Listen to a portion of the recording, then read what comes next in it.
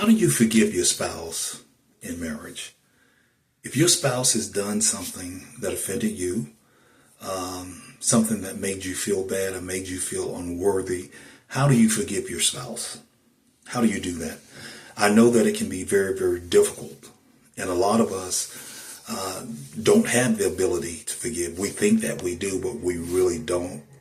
And what we do is we continue to hold on and harbor these feelings of unforgiveness. And a lot of times we're not aware of it. Okay. Well, how do I know if I'm still holding on to something that I said I would forgive a person for?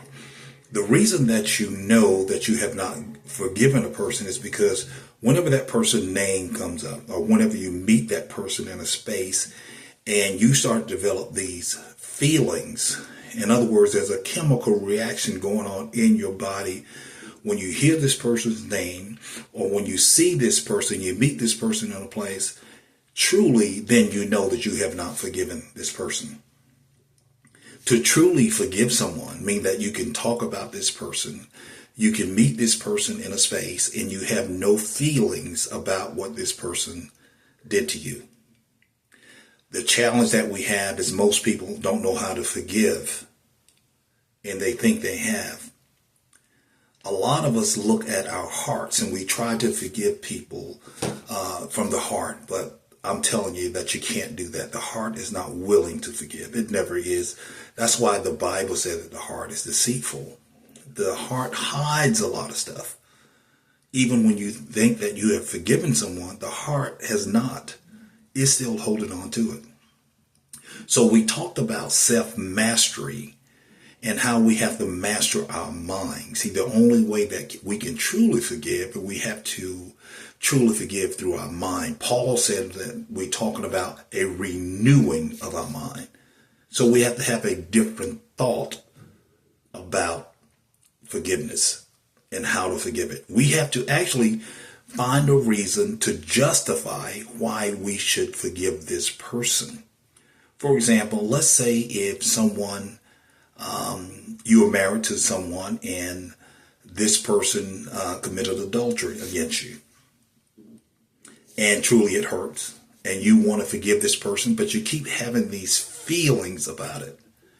And you are a Christian, so you tell yourself, I'm going to forgive this person because I want to make the marriage work.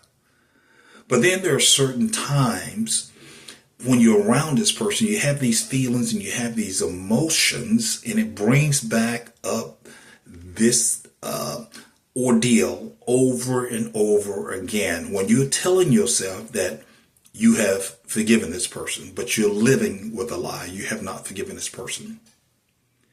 If you want to forgive this person, it has to be a mental exercise. And one of the things that you can do is you can justify the reason why you should forgive someone. In other words, you can say, look, this person is only human. He or she was put in a very compromising situation, and this person was very aggressive toward them. And I can see how this person could have been taken advantage of. So you have to justify the reason to forgive that person. But before you or after you forgive that person, you justify the reason, and then you have to forgive yourself. Now, why are you having to forgive yourself? Because you did not commit the act. You have to forgive yourself for being offended about feeling the way that you're feeling. Don't allow yourself to feel this way. Once you forgive yourself, you can forgive anybody else. So I don't care anything that you're ever offended about in life. Because someone has done something to you or what have you, forgive yourself for feeling offended. And if you can forgive yourself, you are more easily to forgive someone else. Have you ever noticed that the person who cannot forgive others, they're very hard on themselves. They can't forgive themselves. And I'm telling you, that is not a good place, a good space to live in. Forgiveness is vital when it comes to our spiritual walk and it comes to our health. We must have a forgiving spirit, but we cannot forgive from the heart. We can only forgive if we have a reformation of our mind. We must reform our mind and look at it in a different way, and to become mastery of our mind. And that's what Jesus talked about. He was a master of his mind. So things did not offend Jesus, like things will not offend you once you become a master. Thank you.